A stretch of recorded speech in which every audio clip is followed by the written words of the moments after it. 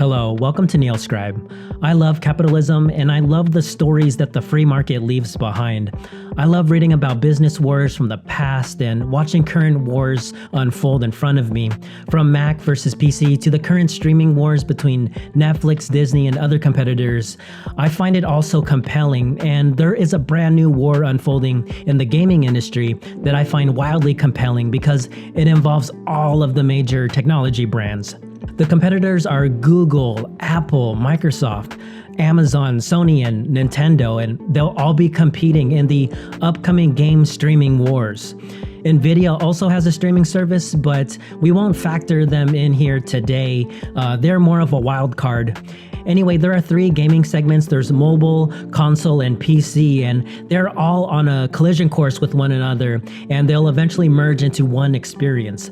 And that experience will be playing a game with a controller via your preferred cloud-based streaming service. There will be exceptions, such as certain games are best experienced with a keyboard and mouse, and there's also games that are best played on a touchscreen. But by and large, most gamers will be streaming their favorite games in the next 5 to 15 years. And you can already see signs of this collision course with cross-platform games like Fortnite and Minecraft that players can play together whether they're on PC, console, or mobile. Similar to how video streaming opened the doors for new competitors, the doors are now open for big tech to enter the industry. And all of a sudden, Microsoft, Sony, and Nintendo find themselves in the ring against the titans of the industry. And there is a lot of money at stake. One market research firm estimates that the gaming industry will grow to over $200 billion and over 3 billion gamers by 2021.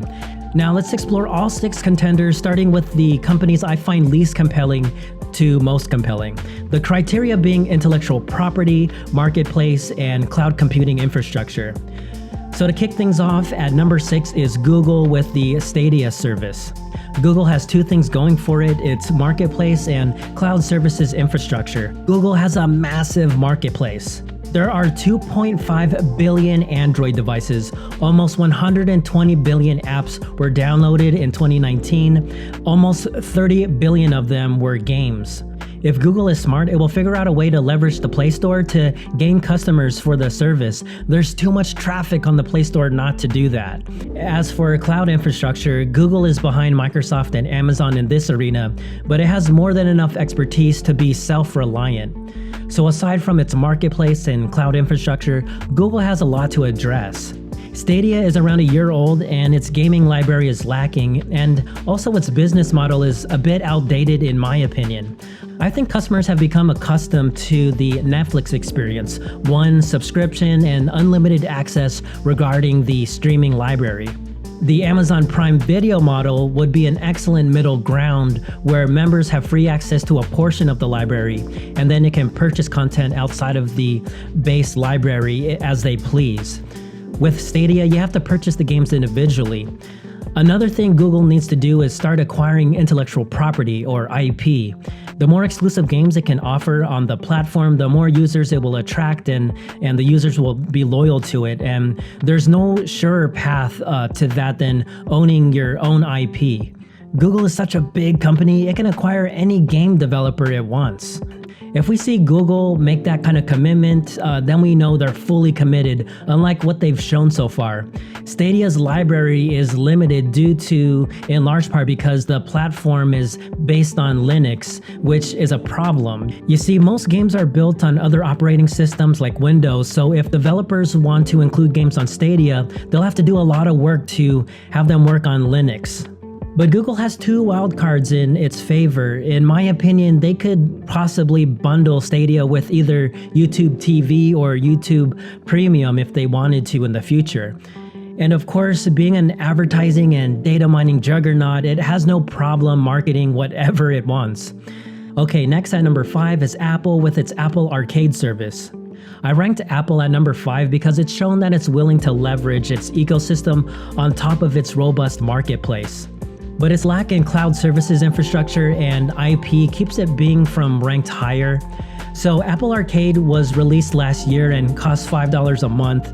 While it's not perfect, it has one major thing going for it, and that is the Apple One bundle. Apple One will include Apple TV Plus, Apple Music, Apple Arcade, and iCloud, and also News, all in one bundle. Apple TV is approaching 40 million users, and along with their other elements like music streaming, Apple is definitely an exciting contender.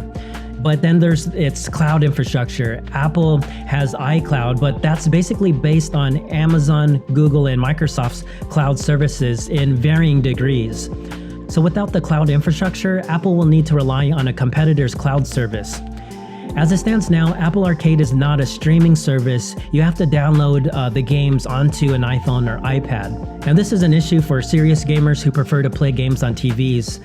Users can play on an Apple TV device, but that does not stand a chance against current consoles.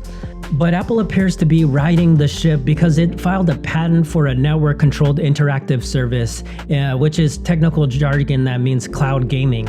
So Apple is similar to Google. It just needs to build its IP, and it's definitely large enough to acquire any game studio that it wants. So if we see Apple take the plunge and acquire a major studio, the other companies need to watch out. All right, on to number 4 with Nintendo Switch Online. Nintendo is weak in key areas and is over 10 times smaller than all the competitors except Sony. But I put it ahead of Google and Apple, and I almost placed it at 3 for one simple reason, and that is IP. Because as I said before, content is king, and Nintendo is hands down the Disney of the gaming industry. I mean, you're talking about Mario, Zelda, Super Smash Brothers, the list goes on and on. These are decades-old iconic franchises that have stood the test of time, repeatedly appearing at each generation. And these franchises are easily accessible and universally appealing that the whole family can enjoy. Like Apple Arcade, Nintendo Switch Online is not a streaming service. You download the games onto the Nintendo Switch, but its subscription includes access to a treasure trove full of content from various generations. But also like Apple, it's planning on incorporating cloud streaming in the future. Nintendo is reportedly working with Microsoft to get its gaming service into the cloud via Microsoft's Azure cloud infrastructure. Now, this may not happen for a while, but Nintendo will eventually have to migrate to the cloud. And this finally leaves Marketplace. While Nintendo has built a seemingly unbreakable brand, its marketplace is stagnant, it's a dead end. You see, Apple has the App Store, Google has the Play Store. These are fluid, high-traffic, multi-application markets. Nintendo has to rely on its brand and good old-fashioned marketing to bring consumers in. But Nintendo has proven over the years that it can reinvent itself, and it's always going to be around in the gaming industry, and it will likely continue to be the market's family-friendly niche. All right, now we're getting to the heavy hitters with Amazon at number 3 and its Luna gaming streaming service. I had a tough time placing Amazon. I came close putting it at the number 2 spot several times, but what kept it in third was IP. Amazon does not own any IP that is must play at the moment, but they are on the right track. They created Amazon Game Studios in 2012 and has published 9 games so far and can only get better in theory. And they have an interesting multiplayer online RPG called New World coming out in 2021. But Amazon will be heavily reliant on third-party developers. However, unlike Google, Amazon was smart and has the Luna servers run on Windows, which means game developers will be able to port the games to Luna with minimal effort. And speaking of servers, Amazon's cloud infrastructure is likely the strongest of all of the competitors except perhaps Microsoft's Azure. So this arguably makes Amazon the only company on this list that is capable of full vertical integration. You could argue Microsoft is the same, but Amazon is definitely there.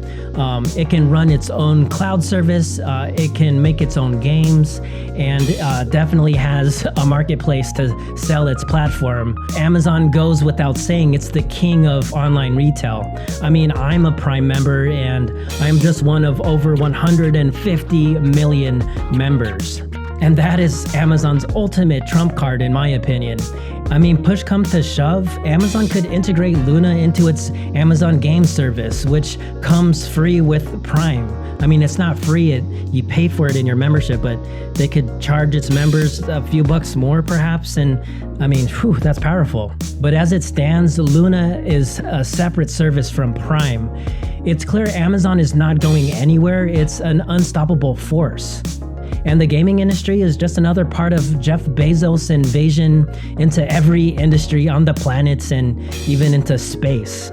All right, now we're down to number 2, Sony with its PlayStation Now service. Yes, Sony was able to fight off the Amazon juggernaut and take the number 2 spot because it has incredible IP, because again, content is king.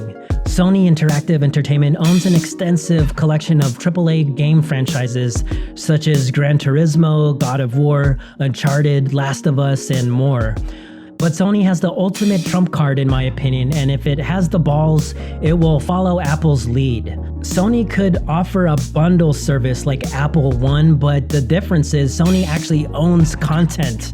It has the trifecta. It has Sony Pictures, Sony Music, and Sony Interactive Entertainment. I think Sony needs to do this. Create a video streaming service and create a music streaming service and then offer a bundle with PlayStation Now. I would be surprised if Sony did not do this because that was its vision when it bought CBS Pictures and CBS Studios. It wanted to leverage its content and now it has the chance. Anyway, I think if Sony can bundle, I think it can be a dominant force, and that is why I put it ahead of Amazon. But for the rest of the criteria, Sony is behind. Sony will have to rely on a competitor's cloud like Microsoft's to run its platform. And Sony does not have a marketplace that it can leverage like the App Store or like Amazon. All right, on to number 1 with Microsoft and its Game Pass service. Microsoft has so much going for it. Let's first start out with IP. Microsoft's gaming IP is arguably behind Nintendo's and Sony's, but it owns a fair amount of AAA franchises, including Minecraft, Halo, and Gears of War. On top of that, Microsoft recently acquired ZeniMax Media, the parent company of Bethesda Softworks, for $7.5 billion. This acquisition practically doubles the number of AAA franchises in its control, including Elder Scrolls, Fallout, and Doom. So with its content and robust cloud infrastructure, it can vertically integrate to a certain degree, but it's missing a good marketplace to leverage. But that is where Facebook comes in. Microsoft recently partnered with Facebook, which will open Microsoft's Game Pass service to Facebook's 800 million monthly gamers. And in return, Microsoft shut down Mixer, its game-centered video streaming service, similar to Amazon's Twitch. Microsoft is now redirecting all Mixer apps and memberships to Facebook's Game Hub, which is the main competitor to Twitch. So considering Microsoft's IP, cloud infrastructure, and partnership with Facebook, it's the number 1 contender, in my opinion, to win the game streaming wars. Let me know your opinion in the comments. All right, that's all I have for now. I hope you enjoyed your journey. If you did, please leave a like and subscribe. I am Neil Scribe, and I'll see you on the next journey.